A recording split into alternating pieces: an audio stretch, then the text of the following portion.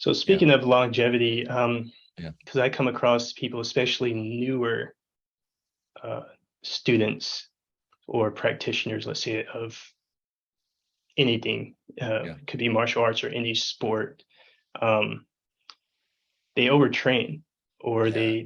they see like a training montage. Um, I once had a guy in class who I didn't tell this guy to do anything, but he wanted to train his conditioning. So he got a Makiwara board, Mhm. put some rope on it, and started punching it. The next training session, he comes in and his knuckles are all like scabbed over. And Yeah. I'm like, what did you do? He's like, well, Right. I'm Right.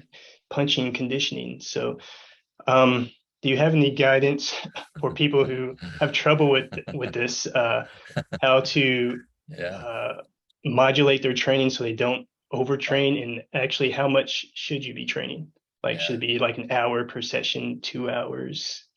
Yeah. I love the word modulation.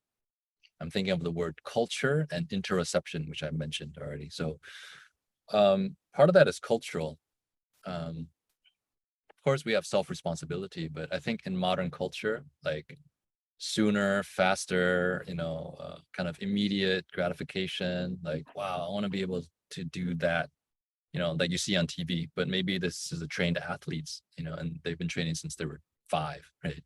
Or you see a movie and that's not even real, right? And you want to mimic that. And so that's cultural, right? And so in traditional cultures, let's say, like the models weren't like, uh, robots and, and CGI and fantasy.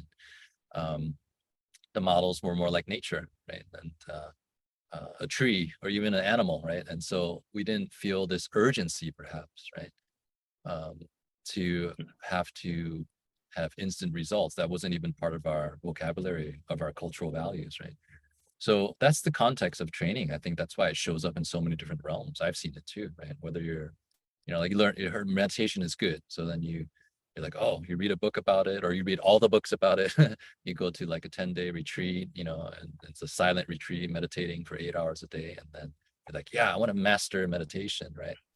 And then, um, you develop a little bit of a cuckoo-ness, right? Around that, or even for meditation, like you develop, like a sore, or you bust your hips, like, so even not martial arts, like even just sitting still, right? Your spine, so, Yeah. and, like, and I won't name other things, that's kind of generic, but this shows up, right? With everything. So part of it is cultural. And so, I think the subculture that I try to create is, again, longevity is good.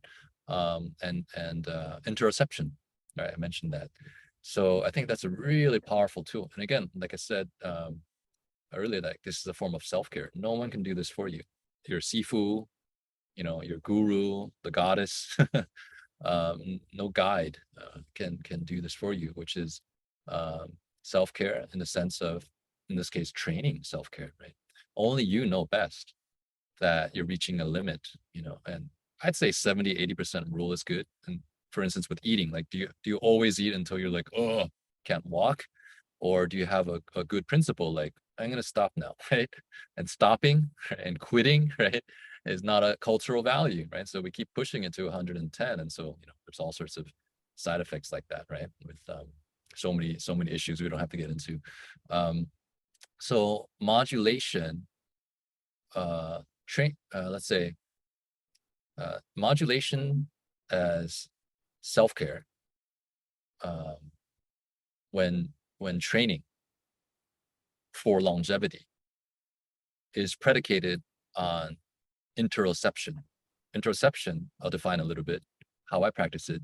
Like in this whole conversation, I've been trying to pay attention to my breathing, even my heart rate and my posture. Like even though I'm sitting like this, I feel like, okay, my neck is relaxed and aligned. My head isn't falling to one side. My shoulder, my trapezius is relaxed, right? My sternum is aligned, and my weight is going down into my hips into this chair, right? And so I'm checking my state of being in this relatively, kind of low intensity situation. So I kind of apply 80-20 rule in the sense that I try to monitor myself with my interoception at least 20%, even when I'm 80% engaged out there. Of course, when I'm doing a lot of internal practice, right? Say I'm doing a form, right? solo form, maybe it's 50%, really, really feeling my bones, right? Feeling even my connective tissue, right? Noticing if there's any tension, noticing if I'm straining like my foot or ankle, etc. Right? So this is a very high level way of concentrating and training. Everyone can get there.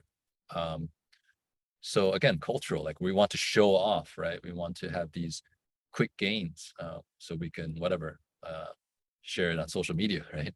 Again, that's all good motivation. But what are you sacrificing? Are you sacrificing your health, your longevity for that, that video clip, right? And so again, subculture, like when I teach, not that I haven't overtrained in the past, I have, right? Hurt myself. And that's normal. In that case, do you keep pushing through it, right? Some people they sprain their ankle and they're like, oh, I gotta, right? And like, don't be a wuss, right? And just keep training through it. Okay, there's some valor to that, but at what cost, right? And so maybe from my background in Chinese medicine and acupuncture, where we honor the biological intelligence of the human mind, heart, body, and what we're trying to do is trying to enhance that, and trying to boost that. Much of which nowadays in many of my clients is just rest, right? And not just physical rest, that's already hard enough, but mental rest, right? Emotional rest. And then the body mind is like, thank you. Thank you, boss, like, and then you can heal. And so opposite of that is overtraining. Opposite of self-care is self-neglect, where you don't pay attention to yourself and you're just kind of seeking external validation. And so again, it's cultural. And so if martial culture as a subculture, at least in what I resonate with, I think it's important to instill, internalize, incorporate, and enact and embody these values. And overtraining, yes, is really, really problematic long term. And why do you overtrain, right? Besides culture, again, it's often proving yourself, right? And so again, if we get to this idea of like a warrior versus a fighter, I think a warrior has nothing to prove. They know how powerful they are, right? Whereas a fighter, just the word fight, right? Like they want to fight or flight, right? And you choose to fight, which is good, perhaps better than like, just collapsing. But fight is very energy intensive. And so if you have this idea, I'm a fighter, I want to fight the world, I want to fight you, I want to fight the man, I want to fight whatever, everything, fight the virus, right? Fight the injustice, it's okay. And I say really blessings and good luck. Thank you for fighting the good fight. But are you forgetting yourself? Are you forgetting, rest and recovery and relaxation and recuperation? Are you caring so much about something out there that you neglect something in here? And again, it's fine. Like, there's beautiful stories of those who sacrifice and martyr, but again, maybe it's just me. I speak for myself, and I think we're on a similar page. That longevity, let's just use that value. Yeah, like, because I love it so much, right? And that's like in the name Wing Chun. That because I love it, I don't want to prematurely truncate my health span, such that I want to, let's say I get to 90 or 120, like ideally, let's say maybe a vision, I want to train until I fall into my grave. Right? It would suck if I couldn't train for the last 20 years of my life for whatever reason, because I overtrained. I'm like, and something that gave me so much energy and passion, right? Then I would have to find a substitute, or just kind of lament about or be nostalgic about my golden years, right? Good old days. So modulation is very good. Like, feel, again, not as a theory. I mean, you can write it out as a plan, like, okay, 10 reps of this exercise, and then program in rest. Okay, 5-minute rest, and then, three sets of this exercise, and you can program, and then you feel your body like, oh wow, like I'm really sore the next 3 days. Okay. Maybe you overtrained, or you're like, no, pain is weakness leaving the body. You got to beat it out, right? And that's cool, but there's so many, psychoneural, endocrino, immunological effects, and even psychological effects of that kind of algorithm that kind of operating system that we kind of impose on the body as a representative of nature, right? Like I'm like the clouds, I'm like the hydrological cycle, I'm like the earth, right? Our bodies are nature. And so again, it's cultural. Like, you know, modern culture has kind of tried to control nature and force it and like extract from it and maximize, you know, productivity, right? And so we treat ourselves like that too. So this is kind of, you know, a greater context. But again, this is why I think martial practice can be healing, can help a lot of people, you know, in their identity. And you mentioned like manhood or womanhood. Yeah, what does it mean to be a human being, you know, on the planet in 2022, right?